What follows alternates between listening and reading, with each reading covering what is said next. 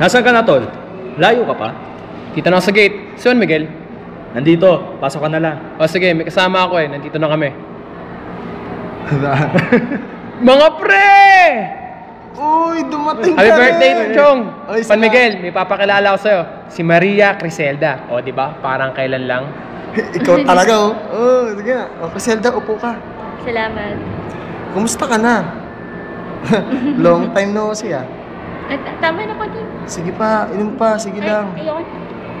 Sige pa. Hindi na ako. Okay ka lang, tol? Okay lang. Tol, akyat muna kami ni Maria Criselda. Oh, ano, ha?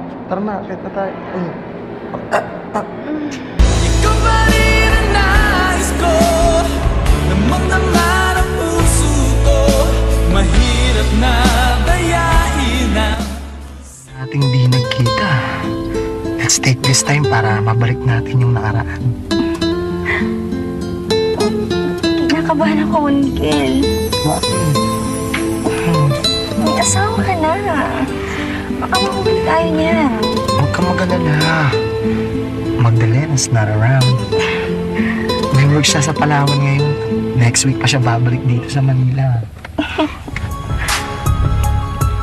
Alam mo, sana hindi ko na lang pinakasalan si Mami Elena. Sana ikaw na lang ang pinakasalan ko. Tama ba yun? Mambobola. Ano nakakatawa doon? Namiss mo lang kasi ako eh, kaya ka nagkakaganyan. Nag-inuman na naman sila. Talaga naman si Juan Miguel. Ano ito? Magdalena! Di ba next week ka pa babalik? Sino yung babaeng yan? Napaka-walang hiya mo, Juan Miguel! Teka. Sorry. Pero kailangan ko na umalis. Walang hiya ka? Aalis ka pa?